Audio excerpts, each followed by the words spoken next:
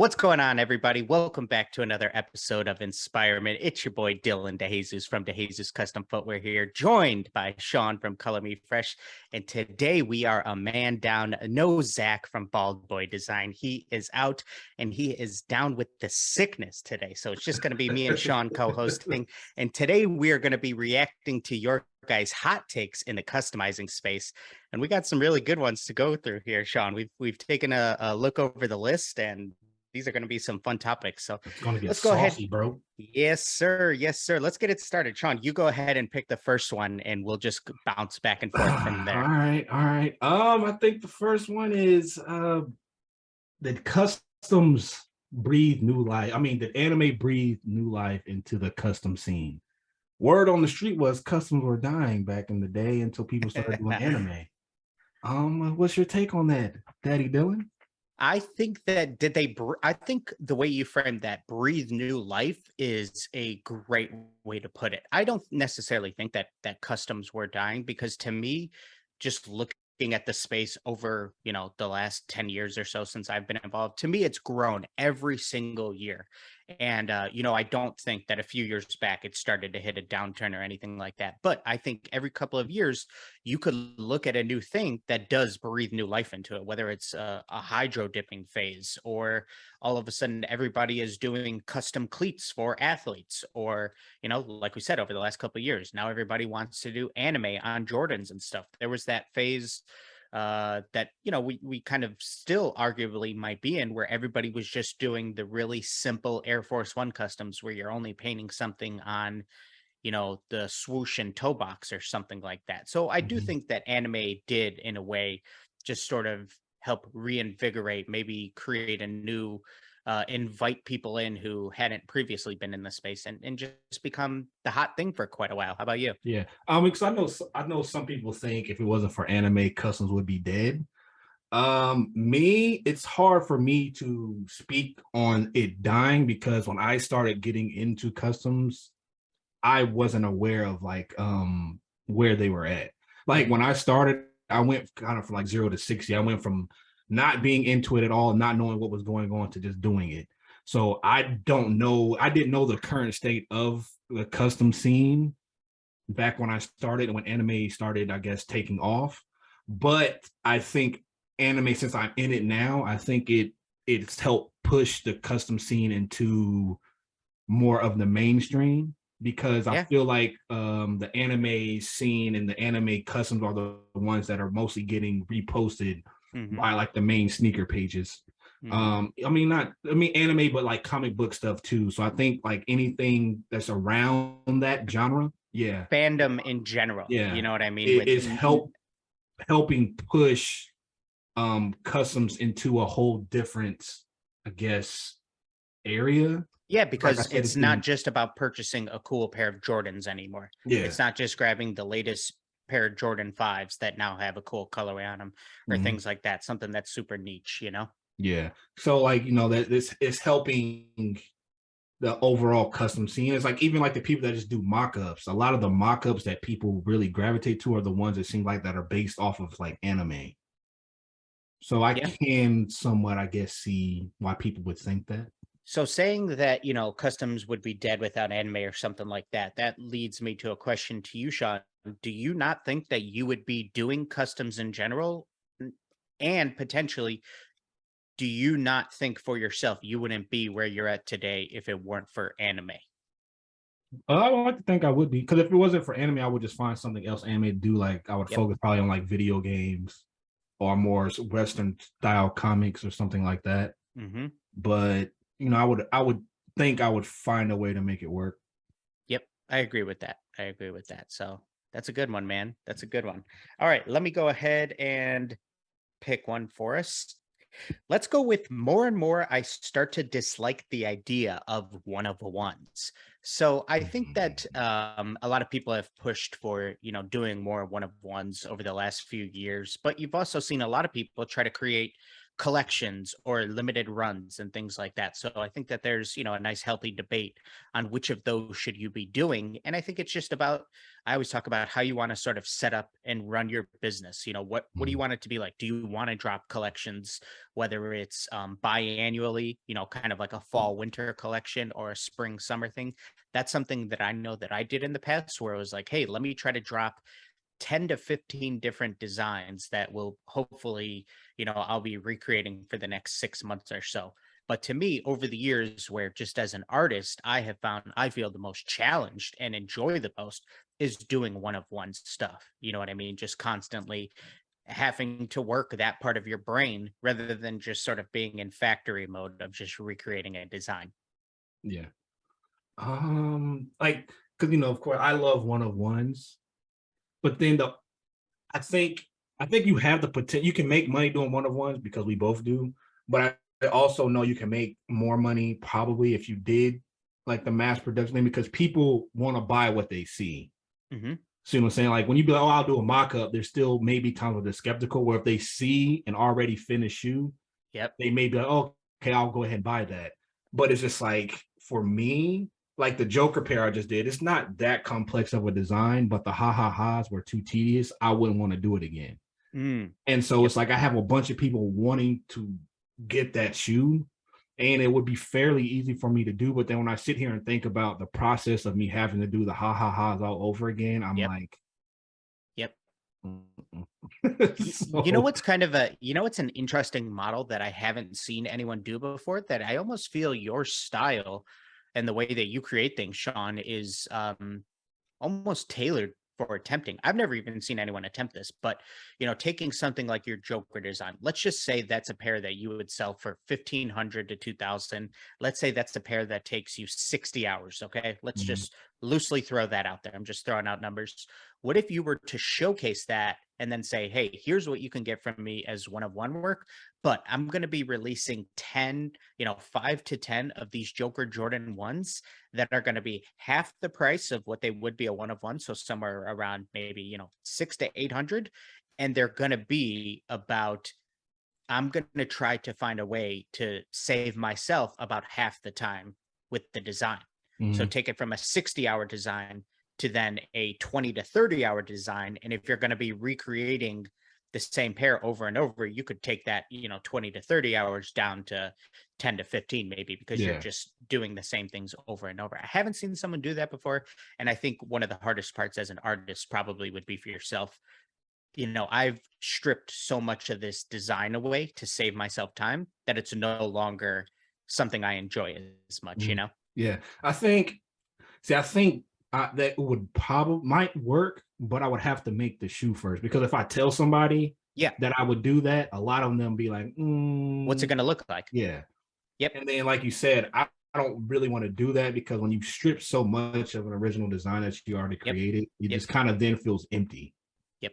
It's not So you anymore. Yeah. So yeah, so I don't know. I was, it's just something that popped in my head that I haven't seen done before. And kind of it's going to be hard for you to sell a limited drop of 10 pairs for Yeah. $2,000. You know what I mean? Not Yeah, impossible. I was actually thinking of maybe trying to like back when I used to do like the network drops because I still get Yep. email on occasion and Yep. like maybe doing a simpler because they do the one of ones but not really.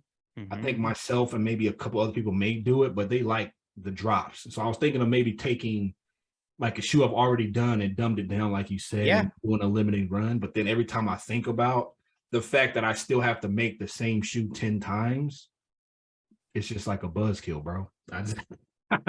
I try to get past it. It's like a mental block. Absolutely. So I've done a lot of that in the past because I've done like a lot of stuff for teams where, they're ordering 10 to 40 pairs of stuff.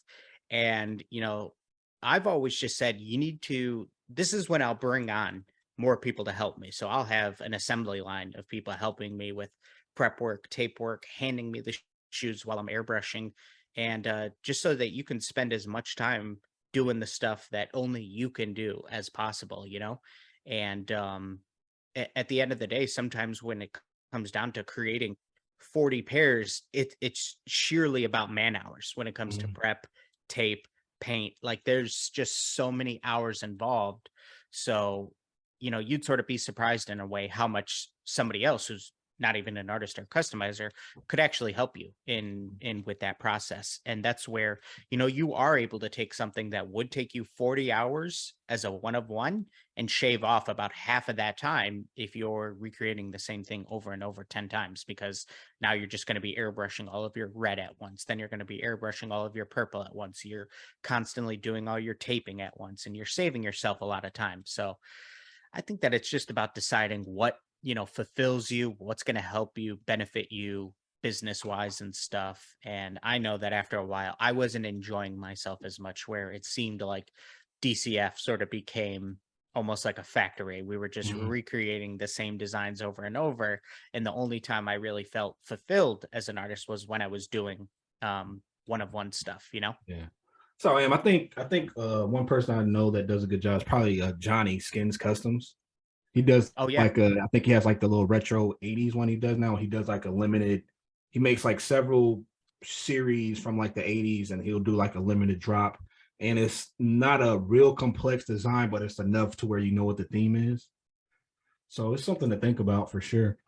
Absolutely. And I'm sure that, Sean and I would probably recommend to anybody who has no idea what to even think about this topic. Maybe it hasn't even, spent a lot of time, just circulating in their brain. Try both, see what Yeah. works for you. You know what I Yeah. mean? Test out different things. That's what all of this is about. There isn't just one path that you can take in order to run a successful customizing business. It's trial and error. 'Cause I did try the limited round, but I was miserable. Mm-hmm. I Mm-hmm. I hear you. was so miserable. I hear you. Yep. All right. So the next one, man, let's see. I think it was there's too many people that want to be the only instead of wanting to be the first. And I think what they're saying is there are people that don't show all of their methods because they want to be the only ones that know how to do it instead of being the first one to know how to do it and sharing their knowledge, if that makes sense. So give me an example there. So you know how to do like this design, or you know how to do something real trendy on a shoe, but Okay. you're not showing anybody how to do it. So you want to be the only one that knows how to do this trendy pattern or acrylic swoosh or anything on a shoe, instead of showing people how to do it. And then instead of you being the only one, you're now the first one to do it, but other people know how as well. So basically, not telling all of your ancient Chinese secrets is what I get from it. So I think Okay. they're saying people should share that knowledge instead of, I guess, quote unquote, being gatekeepers. If that makes sense. Interesting. Interesting. I almost read that one in a different way, but How I did you think read that it? your way, I don't know. Some focus too much on being the only instead Mhm. of being the first. So to me, for some reason, I thought that this might have had to do with what we talked about, sort of like in episode one of, you know, previously customizing was all about like who could be the first one to, recreate a certain colorway onto a different shoe or something like that. You know what I mean? So much of how you grew in the space was about being first. You were the first person to paint a pair of Air Mags. You know what I mean? The first person to paint a pair of the Nike Yeezys, something like that. For some reason, that's how I read it. But I'm not quite sure. I think it probably is more likely to be how you framed it. So what do you Well, have to say about that? let's tackle both. Let's Okay, tackle my interpretation sure, and yours. So which one sure. do you want to tackle first? We'll do yours. Go All ahead. right. Now, I do think people should share their stuff, but I don't disagree with people that don't. Because it's kind of like even when you watch cooking shows, right? Or like McDonald's doesn't give up their Big Mac sauce recipe, because Hmm. then everybody will have Big Macs. When you go to, like, if you watch the Food Network and you even like Guy Ferrari, however you say his last name, he'll follow everybody to the restaurants and they'll show them how they make it, but there's always something they leave out because once you lose that, you kind of lose your identity. There's no reason for people to come to you because everybody can just imitate it. I think, But that's the thing. They can't imitate you, is yeah. what you Well, need to be able to establish as yourself. You know yeah, what I but I mean? think people like us could get away with sharing knowledge because our designs are more complex. So it's going to be harder to imitate things that we do. But for Mhm. somebody, let's use maybe somebody like Jake, if they were like doing like a specific dyeing method, Yep. the barrier to entry is lower Yep. because it's not as complex. So I would understand why somebody wouldn't want to show the entire process of what they do, because then everybody's just going to copy them. You see what I'm saying? There's really no identity to that person that would make people want to go to them to get their products.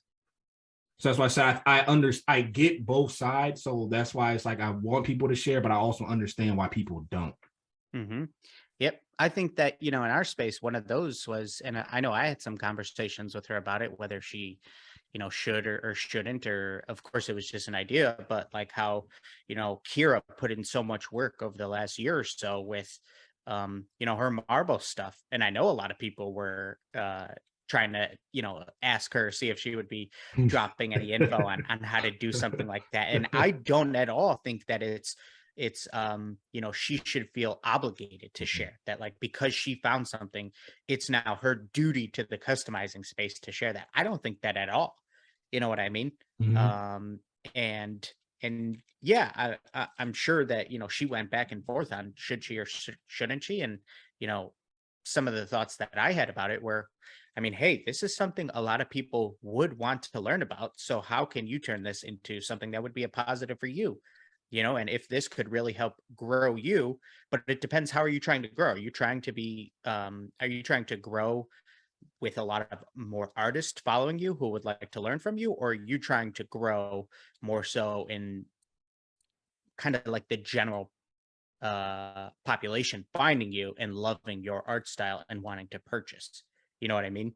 Because Mhm. if you were to start doing more tutorial stuff, chances are you're going to be discovered by more artists and whatnot, and that might start to become a little bit more of your, immediate community and whatnot. So I don't think that anybody should feel obligated to share. If you have, like you said, some ancient Chinese secrets and you want to keep those to yourself, that's a-okay. Yep. Yeah, that's how I feel about it. Yeah. It's Yep. it's just one of those things where I don't want people to feel like, because you feel guilty, low key, like because people kind of pressure you on why you don't share or you should be sharing. And Hmm. it's like I get people want the knowledge, but they found out a way to make something work for them. They did the research, they put in the time, they put in the man hours to accomplish something. So it's not fair for them to go through all this trial. Like, you don't know what that person lost in the process of Yep. finding out how to do something. Yep. It could have went with a lot of stress, a lot of depression, a lot of anxiety, a lot of, like I said, nights of not sleeping. A lot of money. Yeah, that too. And it's Yep. like a lot of investing goes into that. And it shouldn't just be, oh, well, you should just tell me how you do something. It's not Yep. fair to them. Yep. So, Yep. One of the big reasons, I wanted to, do more with YouTube, create more tutorials, eventually end up hosting a course and stuff, is because I wanted to be a resource that wasn't around when I started, because there was such a lack of knowledge out there and it was so hard to figure out, how do I paint this certain material? What do I need to do? Like, it literally wasn't as simple as, what paint do you use for shoes? Like, you could ask Joe Schmo off the block who doesn't have anything to do with our community or shoes, and he might have heard of Angelus paint by now, but that wasn't always the case. You know what I mean? Or he mhm. might have seen videos pop up of people using Angelus before, and it's just sort of, common knowledge. So, to me, my take with it is I have no problem sharing anything, just because I have that, s- like we talked about, that confidence in myself that I just Mhm. don't feel um, anybody's going to be able to recreate the way I do everything in the full package. And if they were able to, if somebody was able to take a design that I did, or it had some cool method, and sell it for just as much as I could or something like that, then I don't feel like, man, that person stole a client from me. I need to do a better job of being found by more people. And then I need to head back to the drawing board to Yeah. even push myself even further. You know what I mean? So I always just sort of look at that as motivation to Mhm. constantly want to get better. You know what I mean? Always sort of be sharpening the sword per se. Yeah. See, I think I think the confidence that you mentioned is also a huge part of that too. Because not saying the people that don't share aren't confident, but a lot of it does boil down to confidence because I know people are afraid that like it's easier now for us to share things that we do because people would consider us established within the custom community, right? Like people know our Sure. style, people know who we are. We have influence, so it wouldn't affect us as much as opposed to maybe somebody that has 5,000 followers who's still trying to find themselves within the custom market. So by them sharing something that they know how to do that separates them from everybody, if they share it too soon, it could also hurt them as well, if that makes sense. Yeah, absolutely. Absolutely. And just starting out, like, I know that, I certainly a lot of times had imposter syndrome of who am I to be talking about this? You know what I mean? Who am I to for people to listen to on this topic or something like that? So you're right. If you've never, done tutorials or stuff like that before, a part of you is going to be like, man, are people going to question, like, am I crazy for, doing it this way? Things like that. Like, I know I had a lot of that at first, like hopping on YouTube and being like, you should sand your shoes and stuff. Like a lot of people thought I was, crazy at first. But I'm saying, look, there's a lot of different ways you can go about doing things. I'm purely speaking from my perspective and how I do things and what works for me. You know what I mean? If there's another way that works for you, that's plenty okay. You know what I mean? Yeah. So all you can do is talk about what works for you, Yeah, yeah. Now, what was your version? Yeah, so my version is just reading it back. Some focus too much on being the only instead of being the first. And something that I think somebody who's followed Mosh, since I got into the space, one of the biggest reasons I think that he really grew over, the early part of the 2010s was because he was the first to everything. Mhm. He was the first to paint on Air Max. You know what I mean? I think he did I can't remember if he did Iron Man first or he did a Toy Story set where it was Woody and Buzz. I can't remember which one first, but he was the first guy painting on mags. Um, he was the first one that was always, painting on the newest LeBron model with a cool theme or colorway at the time. Like he was the first to everything. And so, just in terms of scrolling on social media and being reposted by Nice Kicks, Sneaker News, and things like that, he was the first one doing it. So of course it was naturally like, oh man, we haven't seen something like this before. This artist is really crushing it. So that's almost how I read the question. And I think there's a lot less of that now. Like, oh, I want to be the first to um do a certain theme or whatever on a certain silhouette, just because I think so much nowadays is just focused kind of on like Jordan ones and Air Force ones and stuff. So that was my reading of the hot take. Mhm. Yeah, I don't think at this point, I don't think anything I've done was the first. I know there's people that done stuff way before me. I think I just took it and kind of made it my own. Yeah. Wasn't a lot of people doing the first pair I saw from you was that Goku pair, and then you had the case that was the ball. What's the name of that ball The from Dragon Dragon Ball? Ball? Yeah. It wasn't just a Dragon Ball though. It was like the thing looked like a ship, the case you had for it. What Oh, was it? that one, the Saiyan Pod. Yeah, that Yeah, one. the stain pod. Yeah, yeah, yeah. Wasn't a lot of people doing stuff like that. You know what I mean? Yeah. I So mean, yeah, I could say that, like maybe stuff like that, but yeah, yeah. Full package. You know what I mean? I yeah. think that that's something that really helped you grow. So yeah, all right. I'm up, right? Okay. We got a good one here. This is a good one that I'm sure we'll get a good laugh. So next hot take: fine point paintbrushes over toothpicks any day. And Oh, what? what I love about this one is because I've gotten this certainly a lot over the years and seen people say, stop using toothpicks. And a lot of times people have said it as a dig at me. You know what I mean? Thinking that I am gonna call you crazy, tell you you're wrong, or actually be upset that somebody believes a paintbrush is a better tool than a toothpick. The reason that I started using toothpicks when starting out is because I wasn't making any money. I was being cheap. And so I was buying cheap detail brushes that weren't working, were constantly fraying. I didn't have any idea how to take care of them. And so I'm trying to paint straight lines for logos and things like that.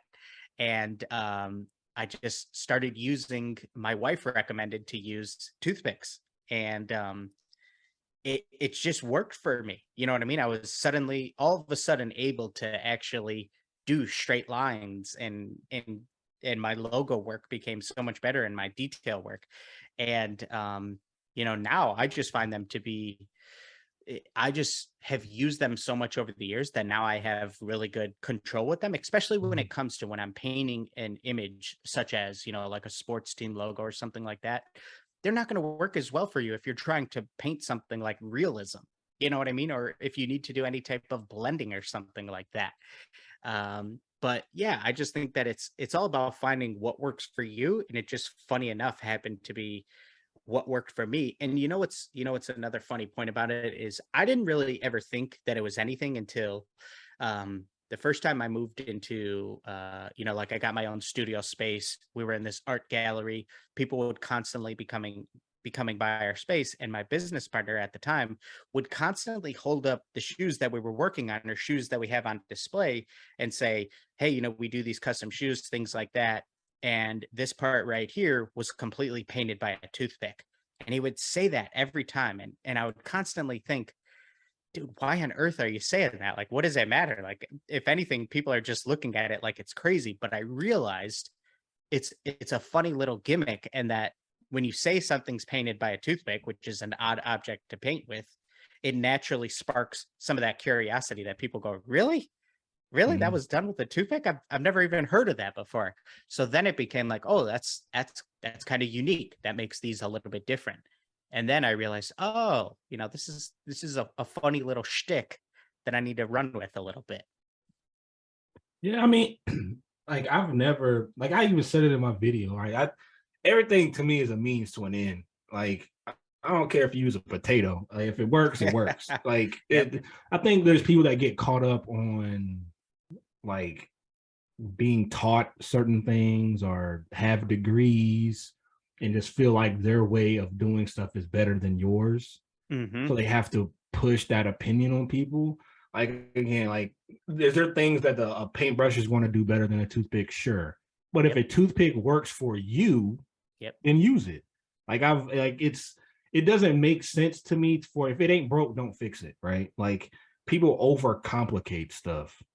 Like And it the way doesn't you just matter said what that, you use. Sean, the way that you just said that, where you said, does a paintbrush work better than a toothpick for certain things, for most things? And the answer was yes.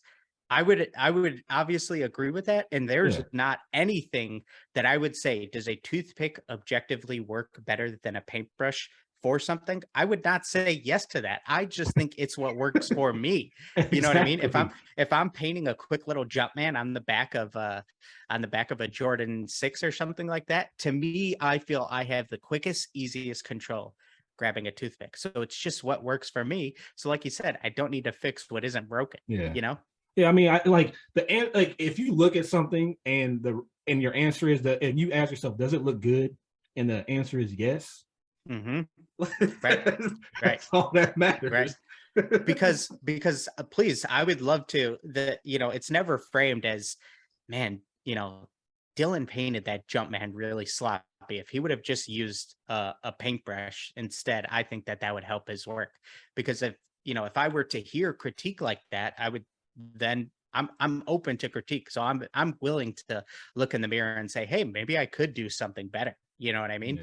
That's why I know a couple years ago I went on this little 30-month, not 30-month, 30-day challenge of trying to paint portraits every day, something that I previously had no experience with, and none of the portraits were painted with a toothpick.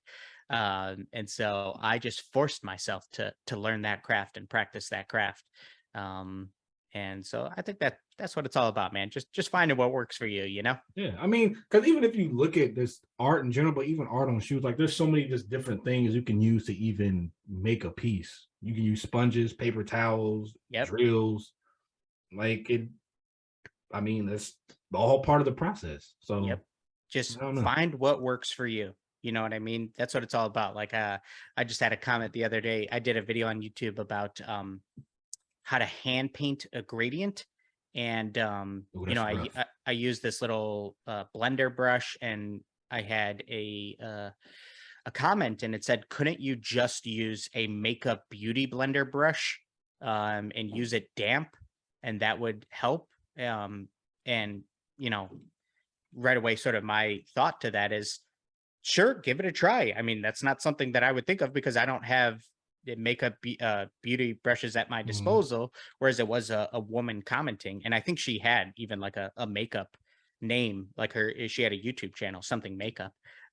So she has some, if it's somebody who has some experience with certain types of brushes that are for blending or smoothing things out or whatever, give it a shot. You know what I mean? And so you never know what's gonna work for you. Yeah, man, trial and error. Absolutely. All right, you're up, big fella. Let's see.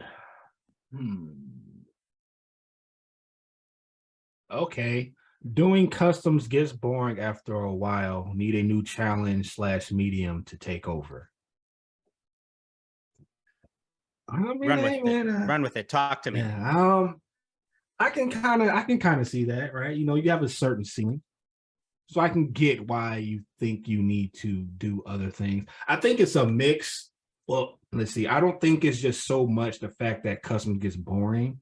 I think it's the struggle of people making the kind of money they want to make doing Yep. customs. That's also part of the problem. Yep. So if everybody was making the money they wanted painting shoes, I don't think people would really consider it getting boring. I think it's a mesh of a whole different of thing. Because I can't, me personally, I can't paint like on a flat surface anymore. Like I can't do traditional canvas work. I can't do it. I don't know what it is. There's something about painting a sneaker I just love. I can't. I've tried to do digital art. That's why it's hard for me to draw like manga panels for like Kilo. It's just I can't, bro. It's like Hmm. I don't, there's just a disconnect. It does not feel natural to me. But at the same time, I still understand what they're saying, because then when I think about like 20 years from now, am I still gonna be customizing shoes? I don't know. Yeah. None of us know. We have no idea Yeah. where we're going to be in terms of the digital world and whatnot. You know what I mean? Um, But yeah. I think that Zach would probably have some really good perspective on this question as somebody who isn't just a customizer per se, Mhm. who's really into the whole digital world, AR stuff, and is doing stuff really cool. But yeah, I think that a lot of it comes down to feeling stagnated. That Mhm. hey, I don't feel I'm able to grow because even though I feel I'm putting out cool artwork, um, maybe I'm not growing. Maybe I'm not where I want to be, and something that I think about, Sean. I'm curious what you think about this after doing, YouTube now for over a year and starting to play with video content and things like that. A lot of times, you know, if things ever feel or even inching towards like feeling boring or something, I feel that, this project is going to be a little different for me because I'm going to create a certain style of video. So to me, so much of what I do isn't just about here's the design I did on the shoes. It feels like none of my work is about that anymore. It's so much of about it is here's how I'm going to present this to the world, whether Mhm. through how I'm going to stage the photos or what I'm going to do in terms of the YouTube video or the Instagram reels or TikToks that I plan to create around this project. What portions of this project do I think would look good on camera, revealing certain things or certain stages of the project being completed. So much of my time is spent thinking about those things that it's hard to ever, feel bored or not excited about a Mhm. project because going into every project, I'm thinking about those things. Here's how in my head I'm gonna be excited by it. Yeah. Yeah, because I know for me, like I'm not bored of painting shoes, but like I said, when you think about the ceiling and the opportunities or the how hard it is to sometimes make money painting shoes, I think that contributes to that feeling of not like boredom. So I think a lot of people are, like you said, just are stagnant and they don't know how to grow or make more money. So then they contribute that to being bored. Hmm. But they actually enjoy painting the shoes. It's just Everything after. yeah, it's all of that Hmm. because like let's be honest, like Instagram now isn't what it was a year ago. Yep. And it's hard for people to just post now, like just pictures. And grow. I think it Yeah. was Tyler with Angela. He said, I think you're probably about one of the few people that still do well with pictures. And it's just like, I You guess, post a ton of video, huh? and you post a ton of video. My videos don't do nearly as good as my pictures, which is weird. Ah, interesting. Interesting. It's like that's why I guess he said like Mm, when I look at my stuff, my yeah, analytics, like my pictures, like even I want to say over the last, just say, couple months, I've had one set of pictures get like 30,000. The Ninja Turtles got up that's to crazy. 30,000 You likes. do get reposted a lot, though, man. You Yeah. really do, But and it's like that's weird, bro. Like, so. I don't know. It's like I'll get 5, 10, 15, 20, 30,000 likes on pictures, and then my reels will get maybe 1,500. But I don't know if it's because I'm posting the pictures first and then posting the reels. So maybe I need to Maybe. try to post the reels Yeah. before the actual initial reveal instead of the pictures. I think it's so rare that people get reposted nowadays. So I'm so hyped for you that you're able to still get that from a lot of different sources, which is Yeah, thanks, awesome, man. bro.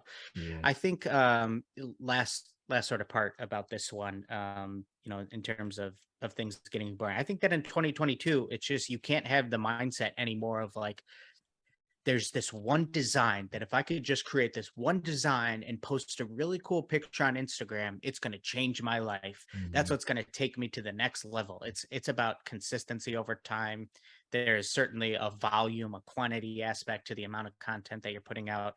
And I think that that's the most achievable way to grow, where it's just hoping that you get that one design that people haven't seen before on that one shoe with that right photo and you post it at the right time and you go viral. Like that is just there's such a low chance of that happening nowadays that sometimes you have to worry about what you can control. You know what I mean? Absolutely, because I know a lot of the customers have started to go viral off of their reels, and so I know that's why Yep. now people feel like that's what they have to do. And so it's just a whole bunch of stuff that goes into it that I think people are just, I guess, fed up with. So I know of a few that are switching from doing customs to more traditional artwork. Yep. Yep. For sure. All right, we got a few more to go here. Sean, is this customizing thing a competition? I mean, I can say yes and no. Like, do I feel like it's a competition in regards of other people not being successful? No, because I feel like everybody can be successful. I feel like it's more so of a competition with myself. Like, Yep. I Yep. just, to me, I want to be the best, bro. That's just Plain my and simple. mindset. I want So to be it's better just, than you, Sean.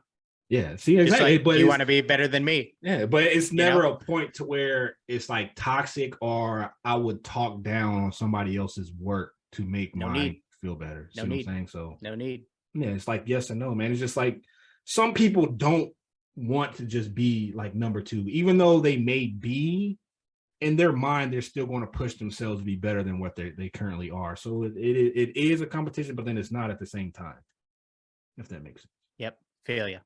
Yep. It's not as much as some people may want to make it out to be. It's not a competition. You know what I mean? Mhm. It just depends it depends what you think you're competing. Are you competing as who's a better artist? Well, it's hard to Yeah. debate on a subjective matter. Is it a competition of who's running a better business? Something that could potentially be measured in terms of sales and things like that. That's not something that's talked about a lot really by a lot of customizer, sales, yearly salaries, things like that, Mhm. income sources. So I'm curious to see how, if at all, that'll change over the next, you know, time being. I think that it's a good idea to try to have multiple income sources, something I've always said as a customizer, No, yeah, because 100%. it's going to be hard to just really make it, whether you're dropping one of ones or limited runs, whatever the case is. If you're being, there's only so much your hands can do at the end of the year. So how can you make money even when your hands aren't active, or when you're sleeping, as they Yep. say, So yeah, just what you said in terms of wanting to be the best, which I'm sure a lot of people do. That makes it that lends it a competitive aspect, to where, dude, I'm the same as you. I want to be the best customizer, plain and simple. I've said that before. You've said that before. Hopefully we both challenge each other, lift each other up, and sometimes you post things that make me go, damn, that was awesome. Now I feel Mhm. like motivated to go and do something, and hopefully, I do the same for you. And we have other artists that constantly. I think that's awesome. That Yeah. competition breeds, Greatness. it greatness, and it makes you want to challenge yourself constantly, and that's where the magic happens, when you step outside of your comfort zone. Yeah, I mean, like you just said, like when I see something that you put, like the gallery shoes with the Goku, and you get blown away, it kind of just like, okay, now I need to step it up a notch. But it's I guess you could say it's like a friendly competition. Definitely, and that's Like a, good, man. yeah, That's good. You know what I mean? And it's awesome to have friends like that. mhm, That even we've seen a lot of each other's work, obviously, over the years, and sometimes you still do things where I'm like, damn, man, how'd that guy do that? How'd he come up with that? You know what I mean? So it's awesome to have that. And it's funny, sometimes you think, how would I do that differently? You know what I mean? So it's cool to have. yeah, Definitely try to make some friends within the space if you definitely. haven't already. Yeah, You what do know they what I say? mean? Iron sharpens iron. Absolutely. So Absolutely. You want to train, you want to be the best, train with the best and stuff. yes, So, sir. but it doesn't have to be about taking other people down and saying anybody's better than anybody or anything, or feeling any type of way. This is coming from somebody who's hosted 5 competitions also on our YouTube channel, which are fun. It's all made out of fun. You know what I mean? Give away some prizes, and I think that competition is good. It doesn't have to be looked at as a bad thing, and into where you're knocking people down and whatnot. Yeah. Well, why? Since you mentioned it, when's the next competition, player? Man, oh man, that's a good question. I don't think we're gonna have another one this year. So maybe to start out the new year, I'm gonna have another course this year, fingers crossed. So that's gonna keep me busy, and then maybe to start the new year, we'll do something. But I feel after doing 5 of them, to me it feels like, okay, cool. I'm gonna do another one where we give away a 500 or $750 grand prize or something like that. Like, I want to Mhm. do something, you know, that really one ups myself. And somebody had a good idea. I think when I was in a Instagram live, they said maybe you should have one of the winners get a ticket to come to one of the courses. And I thought that was a pretty damn cool one. Mhm. But like I said, I just want to. How can I make this competition feel even newer and fresher than previous ones? So that's something that I got to come up with just for myself.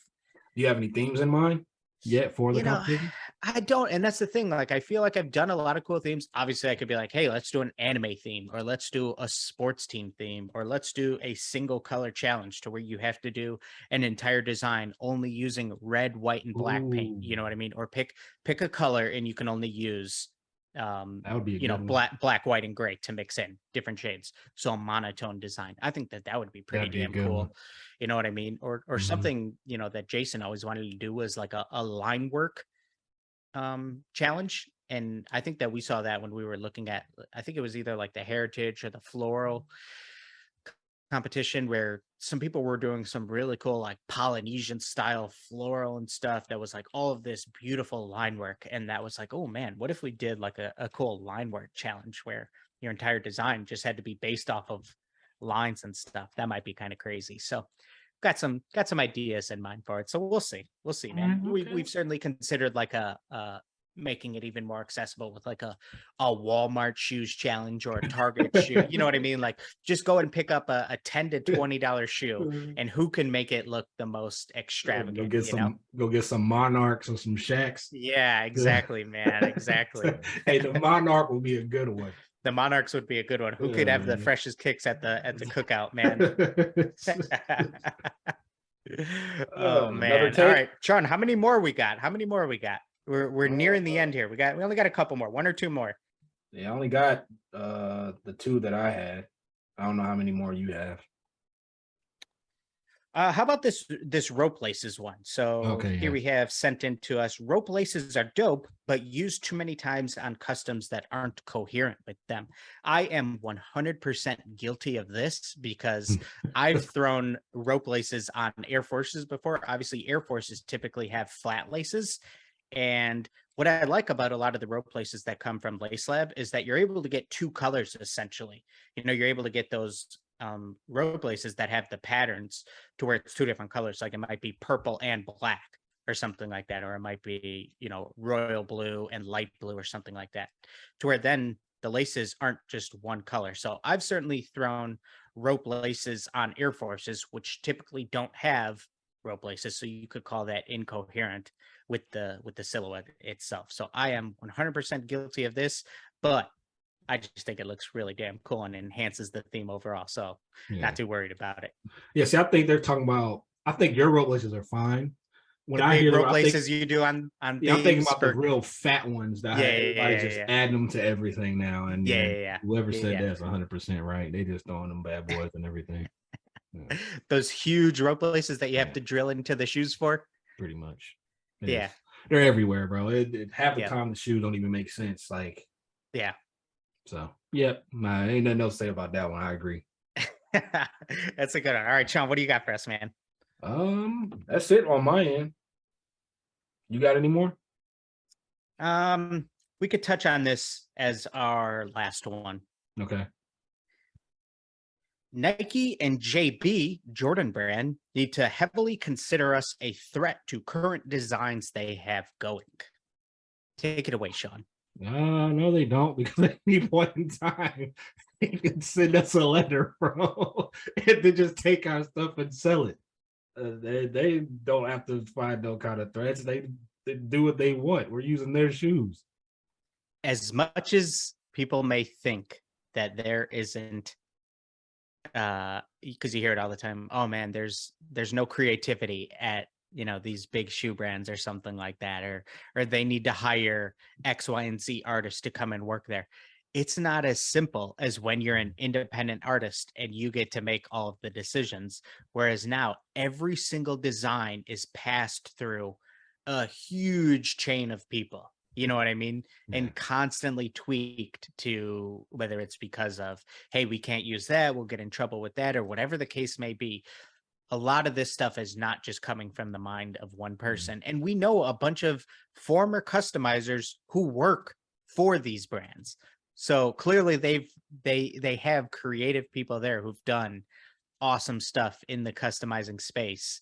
And so yeah, like you said, man, at any point, them being the big brother, they could squash us little bugs if they really wanted. Yeah, You know it's what I like mean? they're a billion-dollar company. They're not going to find us a threat. What they would do if they really wanted to is ask us, like you said, to come do some work or collab with them. And who's going to say no for the most part? Yep. To go Yep. work for Nike. Like, Yep. So now they just have our designs with them. Yep. It's It's kind of like I always take things back to movies and whatnot, and sometimes when independent movies that aren't in the studio system, they're created by creators who don't then have to talk to producers, talk to studio heads, talk to suits, and constantly be back and forth changing things, hitting deadlines, budgets, and let's pull back, scale this down. Like they're just able to create what they want to create as an independent studio or independent movie, whereas huge big budget blockbusters, they're passed through so many different layers of people and stuff. And that's why even in the movie business, you'll always hear, oh, there's no creativity, there's nothing original anymore, it's all just franchise and blockbuster. Guess what? Because that stuff sells. You know what I mean? That's what people are going to see. It's all about the bottom line. Like it, and that's the thing. You can apply everything, even with our space, to everything else. Like music, movies. That's why a lot of people like to stay independent, because they can do what they want, how they want, and be as creative as they want. Like you said, when you when you become a big brand like that, like you said, you have to go through so many different levels of people to get approval for the smallest things. The chances of that getting approval is slim to none. They know we're here. It's just a simple fact of they have to go through a whole bunch of different people and layers and figure out, hey, is this going to make us money? If it's a no, they're not going to do it. Yep. So, Sean, as somebody with experience in the music industry, let me hear your thoughts on this topic for an independent artist like Russ. What do you think about him? his music is solid. And I mean, what he's doing and how he's done everything Yeah. independent and stuff. It's just like Macklemore. I like Macklemore. His album was independent. You know, there's people with that All are of his independent. albums have been independent? I think his first one, his first was my favorite one. Gotcha. I believe his first was independent. But there are people that are independent artists who have success, but you know, people sometimes just get greedy, or it's like even now, right? When there's a lot of customizers and they get like certain emails or DMs for even like influencers, like you said, they think that this one opportunity could potentially change their life forever. Yep. So they get too eager and they just basically sign away their soul without really knowing what's going on. I mean, you hear it all the time, like even the music industry, right? Like these people sign to these labels and are broke because their contracts are terrible. But damn shame. Yeah. So yeah, man, it's like you can make it, but like I said, man, we're not a threat. They're aware of us, they see us. All they would have to do really is, hey, do you want to come do this collab with us? Like they've done a collab with another artist, Blue the Great. They work with him all the time. He's an artist, traditional, but he has his own Jordan. Jordan 1 mid, and then they do a lot of stuff with him where he paints the courts for them and everything. So super cool. Yeah. And I mean, there's no doubt that, like you said, man, they're not in like this is not in a they're stealing from us way, but they know what's going on in the space. They have their eyes on the space. You know what I mean? They see what's going on. I'm sure they take some, whether you want to call it influence from it, but they see what's going on. They see what's trending. They see what's working and run from there. You know what I mean? Yeah. And then it's not only that, it's like if you look at the anime space, they're also going to have to get, you know, sign contracts with those people too to use their characters, right? It's a whole thing of, you know, like Jordan Brand with Naruto. Like that's just not something that, okay, hey, let's do collab. No, bro. It's a whole lot of talking going on. Yeah, that's why anytime there's announcement of, hey, there's going to be a Jordan and Dragon Ball collab, it's like, all right, let's temper our expectations because you're not going to get the 7 different shoes that look like Sean painted them. You know what I mean? You're going to get 7 different characters and you're going to have the colors of their costume. And you might have one of their symbols if you're lucky. You know what I mean? But you're not going to get a huge painting of Goku in an action pose on the side that looks like Sean did it. You know what I mean? So it's a whole lot that goes into it, man. Absolutely. Absolutely. So this was a great one, man. This was a fun one, Sean, talking about some of the hot takes in the customizing space, man. Absolutely. Got to have Zach in on the next one for the hot takes. Absolutely. So we appreciate all you guys tuning in. Hopefully you guys enjoyed this, and be sure to, wherever you're watching this, whether it's, you know, you're catching this on YouTube or you're listening on, who knows where Zach's uploading these things into the metaverse, but let us know some of your hot takes on the customizing space for a future episode that we can comment on. So any last words here, Sean? No, man, just catch me on OnlyFans. Yes, sir. Patreon.com/colormefresh until we transfer it to OnlyFans, because Patreon's taking a bigger cut than OnlyFans would. You know what I mean? Link in bio, baby. Link in bio. Don't get it twisted. All right, everybody. Take care. All right. Peace, bye.